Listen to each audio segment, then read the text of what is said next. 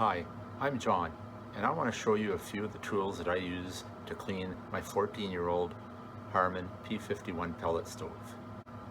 I especially want to show you one tool that I created so that I wouldn't have to buy a vacuum to suck up the pellet ash. I just wanted to use my shop vac. When I clean my pellet stove, I don't vacuum. I actually hook the hose to the outlet of the vacuum cleaner and I blow with the vacuum cleaner. And to do that, I created this tool and I took the combustion fan cover and I sat it onto a piece of styrene, traced it and cut it out with my jigsaw. I've used this probably close to 100 times already, so you can see the piece of electrical tape where it's repaired a crack that I have in the plastic. And I drilled some holes in it, 3 of them, and I'm working on the principle that moving air creates a vacuum. And so the air flowing, it's blowing in this direction out the manifold of the stove and out the chimney. And the force of the air in this closed-in area actually draws air in through those 2 holes that I drilled in the polystyrene. One of the things that's important is that this piece is long enough because it needs to insert a little bit into the exhaust and to create the flow of air. Now, if this was too short, if you put the piece right here, the air would bunch up right at the end and some of it would push back in through my holes. But by creating that flow of air out the exhaust and out the chimney, you're actually going to be drawing air in through these. It's important to have 2 pieces of tape, one on each side, to lock this piece into place, because the last thing, because of the air pressure that's created here, it could cause your pipe to pull out of the polystyrene. So that's really, really important.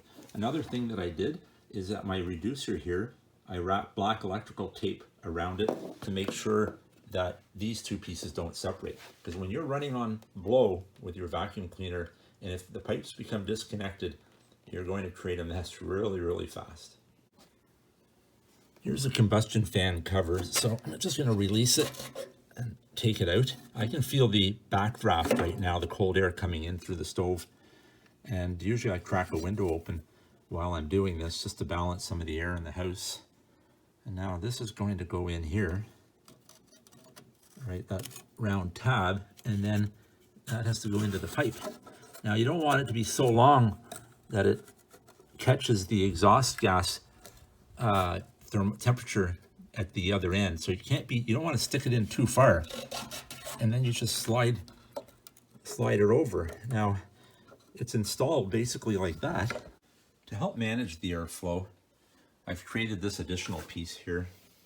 It's just a piece of polystyrene with a notch cut out of it, which basically goes here. I'll fit it in a little bit better in a few minutes, but it just basically covers the bottom door. So whenever I'm doing the top half, now the vacuum is in here and the dust will fall.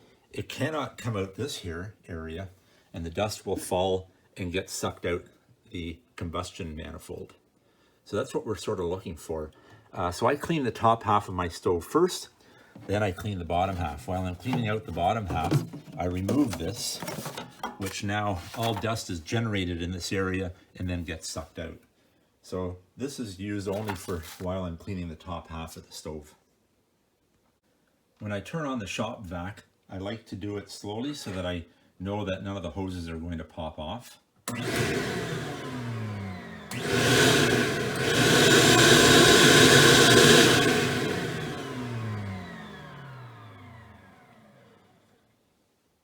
You can actually see some of the dust moving around whenever I turned it on, and it was actually getting sucked out.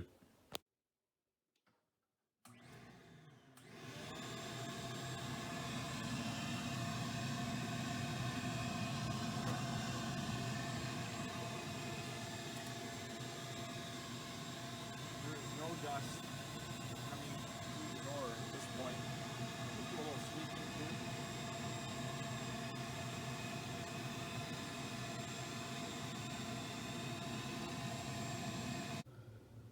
Another tool I wanted to show you is my modified toothbrush. I heat it up and bent it at that spot.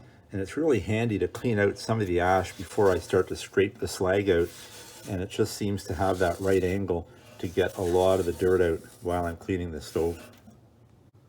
So other tools that I use to help get the slag out, you'll see at the very bottom, it's hard to see, but at the very bottom, there's a ring of slag down there.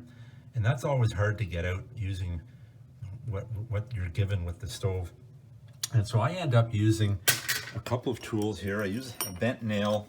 I use a little hammer because I do this very cautiously, and I have a couple other nails. I do this very cautiously. I don't want to damage the metal that's inside the burn pot and the auger assemblies. So I'll use those to either scrape, sometimes I'll even use the head of the nail to scrape away at some of that slag.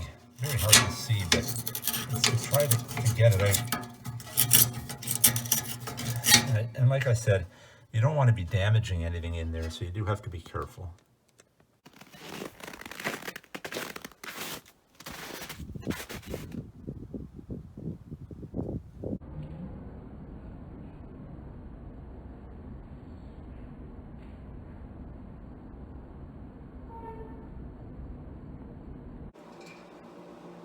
Well, the stove is clean again. Thanks for watching. If you have any videos of tools, tips, or tricks that you created, please share them below, and please like my video. Bye.